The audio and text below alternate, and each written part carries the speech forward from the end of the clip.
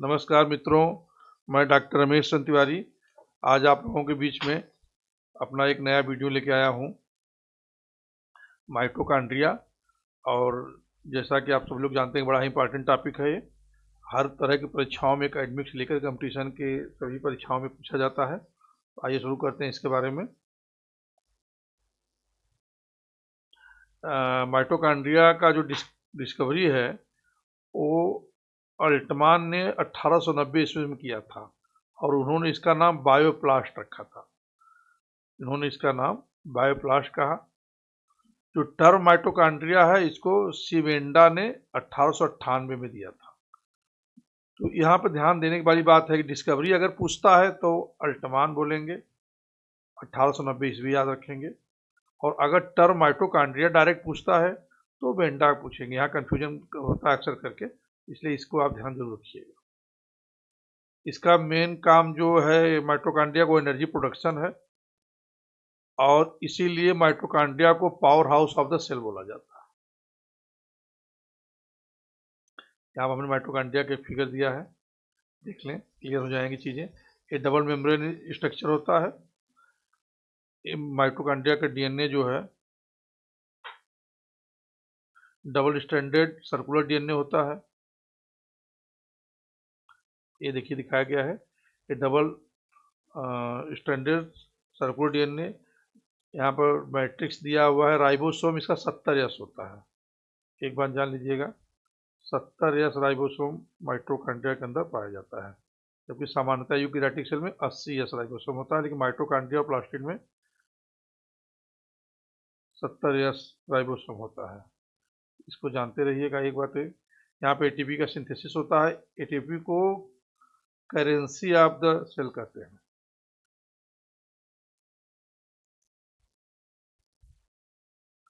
Mitochondria को power house of the cell और ATP को करेंसी ऑफ द सेल बोलते हैं।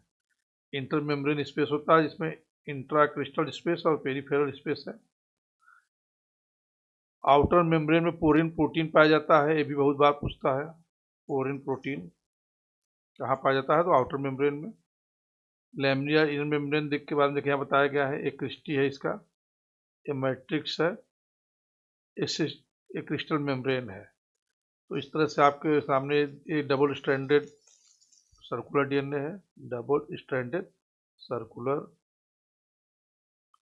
डीएनए इसमें पाया जाता है।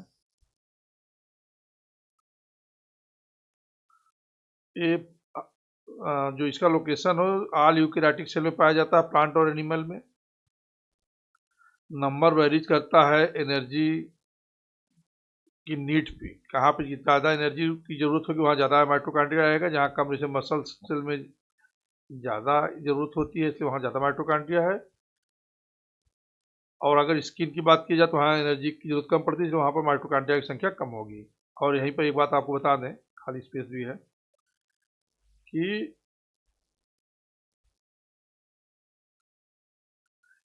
जो माइटोकॉन्ड्रिया है ना एनिमल सेल में,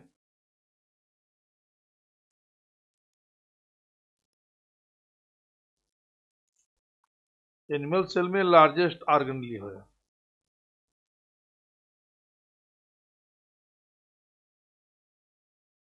लेकिन अगर प्लांट सेल की बात किया जाए तो ये सेकेंड लार्जेस्ट है,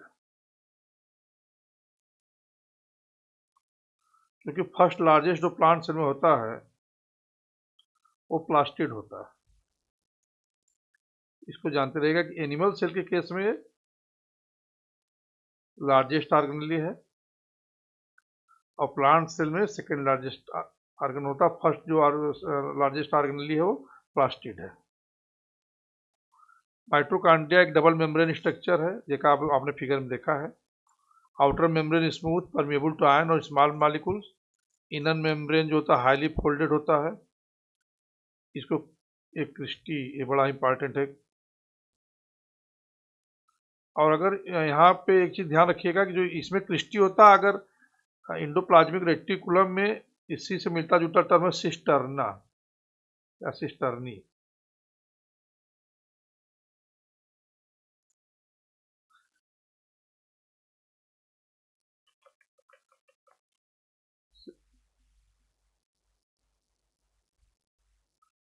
तो इसलिए कंफ्यूज मत होइएगा, सिस्टर्नी इंडोप्लाज्मिक रेटिकुलम में पाया जाता है और क्रिस्टी पाया जाता है माइटोकॉन्ड्रिया में।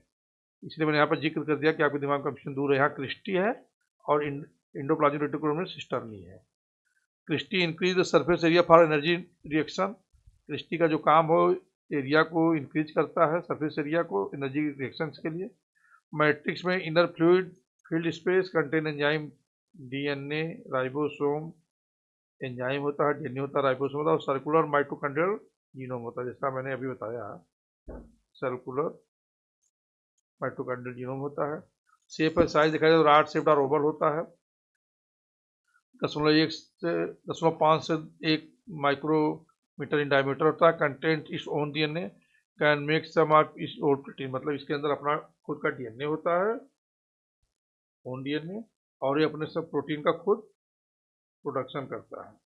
सेमी ऑटोनॉमस ऑर्गेनल इसको बोला जाता है क्योंकि इसमें राइबोसोम डीएनए पाया जाता है और डीएनए और राइबोसोम पाए जाने के कारण ये अपना प्रोटीन खुद बनाता है, इसलिए इसको सेमी ऑटोनॉमस डीएनए ऑर्गेनल बोलते हैं। तो इससे बनने वाले क्वेश्चन में बहुत ही अच्छा पूछा जाता है, बहुत बार पूछा जाता है। सेमी ऑटोनॉमस है, इसका जो डीएनए हो डबल सर्कुलर है और इसमें 70 जो है कि राइबोसोम पाया जाता है, इसका हम लोग ध्यान रखेंगे।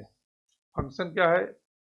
एरोबिक रेस्पिरेशन इसका मेन फंक्शन है। यहीं पे एरोबिक रेस्पिरेशन होता है, एटीपी का प्रोडक्शन, एडिनोसिन ट्राइफॉस्फेट।